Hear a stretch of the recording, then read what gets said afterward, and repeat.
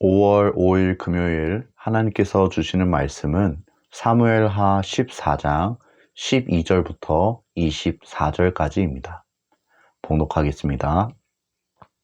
여인이 이르되 청하건대 당신의 여종을 용납하여 한 말씀을 내 주 왕께 여쭙게 하옵소서 하니 그가 이르되 말하라 하니라. 여인이 이르되 그러면 어찌하여 왕께서 하나님의 백성에게 대하여 이 같은 생각을 하셨나이까? 이 말씀을 하심으로 왕께서 죄 있는 사람같이 되심은 그 내쫓긴 자를 왕께서 집으로 돌아오게 하지 아니하심이니이다. 우리는 필경 죽으리니 땅에 쏟아진 물을 다시 담지 못함 같을 것이오나 하나님은 생명을 빼앗지 아니하시고 방책을 베푸사 내쫓긴 자가 하나님께 버린 자가 되지 아니하게 하시나이다. 이제 내가 와서 내 주 왕께 이 말씀을 여쭙는 것은 백성들이 나를 두렵게 하므로 당신의 여종이 스스로 말하기를 내가 왕께 여쭈오면 혹시 종이 청하는 것을 왕께서 시행하실 것이라. 왕께서 들으시고 나와 내 아들을 함께 하나님의 기업에서 끊을 자의 손으로부터 주의 종을 구원하시리라 함이니이다. 당신의 여종이 또 스스로 말하기를 내 주 왕의 말씀이 나의 위로가 되기를 원한다 하였사오니 이는 내 주 왕께서 하나님의 사자같이 선과 악을 분간하심이니이다. 원하건대 왕의 하나님 여호와께서 왕과 같이 계시옵소서. 왕이 그 여인에게 대답하여 이르되 바라노니 내가 내게 묻는 것을 내게 숨기지 말라. 여인이 이르되 내 주 왕은 말씀하옵소서. 왕이 이르되 이 모든 일에 요압이 너와 함께 하였느냐 하니 여인이 대답하여 이르되 내 주 왕의 살아계심을 두고 맹세하옵나니 내 주 왕의 말씀을 좌로나 우로나 옮길 자가 없으리이다. 왕의 종 요압이 내게 명령하였고 그가 이 모든 말을 왕의 여종의 입에 넣어 주었사오니 이는 왕의 종 요압이 이 일의 형편을 바꾸려 하여 이렇게 함이니이다. 내 주 왕의 지혜는 하나님의 사자의 지혜와 같아서 땅에 있는 일을 다 아시나이다 하니라. 왕이 요압에게 이르되 내가 이 일을 허락하였으니 가서 청년 압살롬을 데려오라 하니라. 요압이 땅에 엎드려 절하고 왕을 위하여 복을 빌고 요압이 이르되 내 주 왕이여 종의 구함을 왕이 허락하시니 종이 왕 앞에서 은혜 입은 줄을 오늘 아나이다 하고 요압이 일어나 그술로 가서 압살롬을 데리고 예루살렘으로 오니 왕이 이르되 그를 그의 집으로 물러가게 하여 내 얼굴을 볼 수 없게 하라 하매 압살롬이 자기 집으로 돌아가고 왕의 얼굴을 보지 못하니라. 다윗에게 드고아 여인이 찾아와 자신의 사정을 이야기합니다. 그녀에겐 두 아들이 있었는데 그만 형이 동생을 죽였다는 것입니다. 사람들은 이에 분노하여 형을 내놓으라고 그를 죽이겠다고 하였지만 어미된 마음으로 그녀는 차마 그렇게 할 수 없었습니다. 그래서 여인은 사람들이 아들을 죽이지 못하게 해달라고 다윗에게 부탁을 합니다. 그리고 다윗은 흔쾌히 그러하겠다고 대답을 합니다. 그리고 나서 오늘 본문의 내용이 이어집니다. 12절에 그 여인은 다시 한번 다윗에게 간청합니다. 다윗에게 딱 한마디만 더 해도 괜찮겠냐는 것입니다. 이에 다윗은 그러라고 대답을 합니다. 그러자 여인이 다윗에게 뭐라고 이야기하였냐면 13절에 보니 어찌하여 왕께서는 하나님의 백성에게 이같이 그릇된 일을 행하였냐는 것입니다. 왕께서 그 내쫓긴 자를 되돌아오지 못하게 하심으로 잘못된 일을 행하고 있다는 것입니다. 이 내쫓긴 자가 누구를 지칭하는 말이었을까요? 그것은 바로 압살롬을 지칭하는 말이었습니다. 이전까지 드고아 여인은 자신의 사연을 이해하게 했지만 이제 그녀는 다윗에게 압살롬의 이야기를 하고 있습니다. 다윗이 분명 자신의 살인자 아들을 돌아오게 하고 지켜주겠다고 말을 하였는데 왜 왕께서는 압살롬은 돌아오지 못하게 하시냐는 말입니다. 그러면서 14절에서 여인은 하나님의 사랑을 이야기하며 다윗을 설득하고 있습니다. 15절부터 17절까지에는 여인의 마지막 말들이 기록되어 있습니다. 그녀는 지금까지 그녀가 말했던 내용을 정리하며 왕에게 은혜를 구하고 있습니다. 왕께서 나의 이야기를 들으시고 자신의 아들을 지켜달라는 것이 그 내용이었습니다. 이 말을 다 들은 후에 다윗은 그녀에게 묻습니다. 이 모든 일에 요압이 함께 하였냐는 것입니다. 눈치 빠른 다윗은 여인의 말을 듣는 중에 이것이 요압의 계획임을 알게 되었습니다. 그러자 여인은 사실대로 이 모든 일이 요압의 계획이었음을 이야기합니다. 멀리 피신해 있던 압살롬을 예루살렘에 돌아오게 하기 위해 그는 이러한 일을 꾸몄던 것입니다. 그러자 하는 수 없이 다윗은 압살롬을 데려오라고 이야기합니다. 아버지로서 압살롬이 그립기도 했고 여인에게 자신이 한 말도 있었기 때문입니다. 그러자 요압은 얼른 압살롬에게 가서 그를 예루살렘으로 데려옵니다.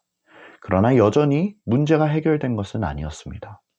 다윗은 압살롬을 예루살렘에 데려오긴 하였지만 그를 만나주지는 않았습니다.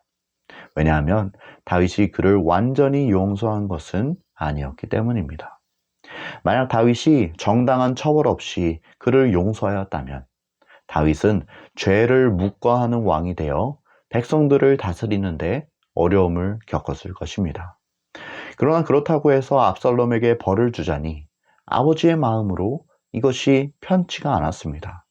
그래서 다윗은 결국 이러지도 저러지도 못한 채 이 문제를 외면하고 방치하였던 것입니다. 그리고 이 일은 후에 더 큰 문제를 가져오게 됩니다. 여기까지가 오늘 우리가 읽은 본문의 내용입니다. 오늘 주시는 메시지입니다. 첫째, 하나님께 뿌리 내리고 중심을 바로 세우라. 오늘 말씀에 보면 다윗이 계속해서 흔들리는 것을 우리가 보게 됩니다. 이러지도 저러지도 못한 채 다윗이 막 흔들리는 모습을 보게 되는 것입니다.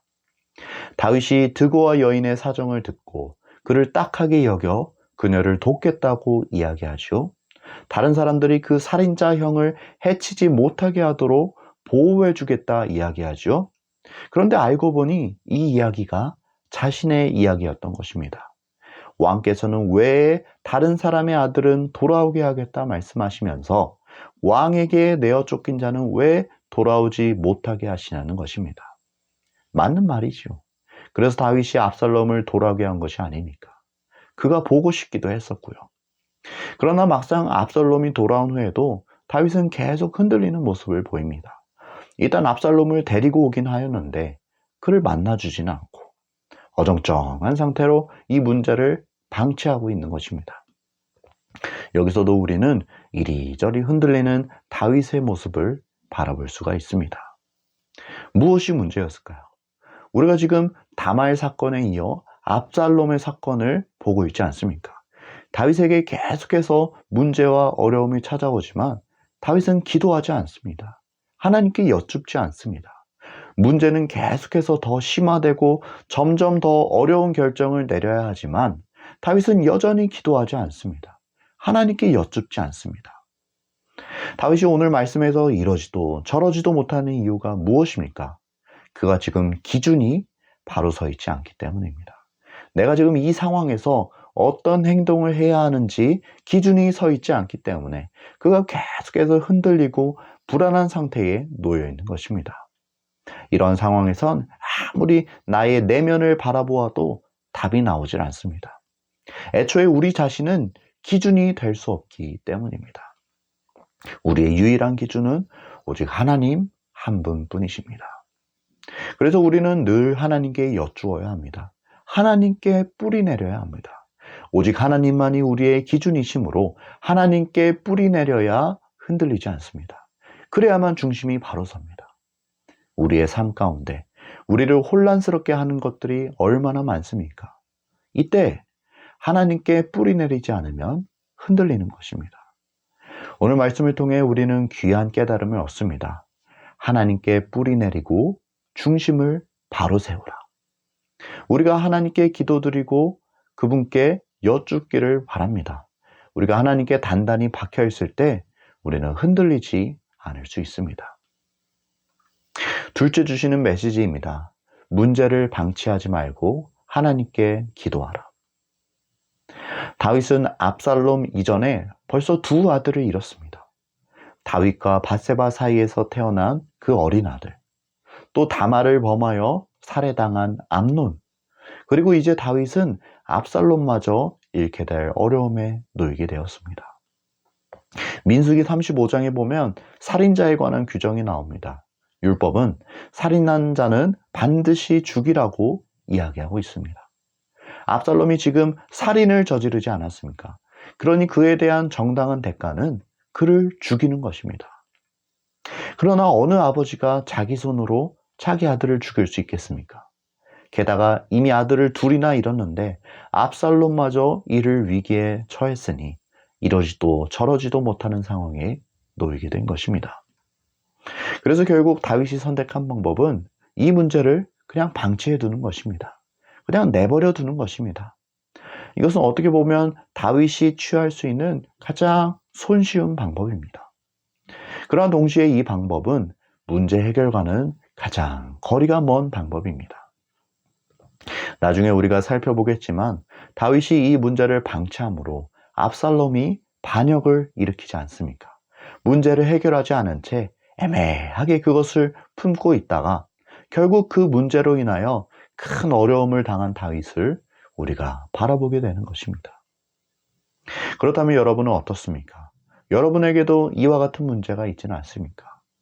내가 이것을 해결하긴 해야 하는데 그러자니 잃을 것이 너무 많아 보이고 조금 꺼림칙하긴 하지만 그래도 현상을 유지하는 것이 나에게 최선이라 생각되어 문제를 방치하고 있는 모습이 나에게 존재하진 않냐는 말입니다.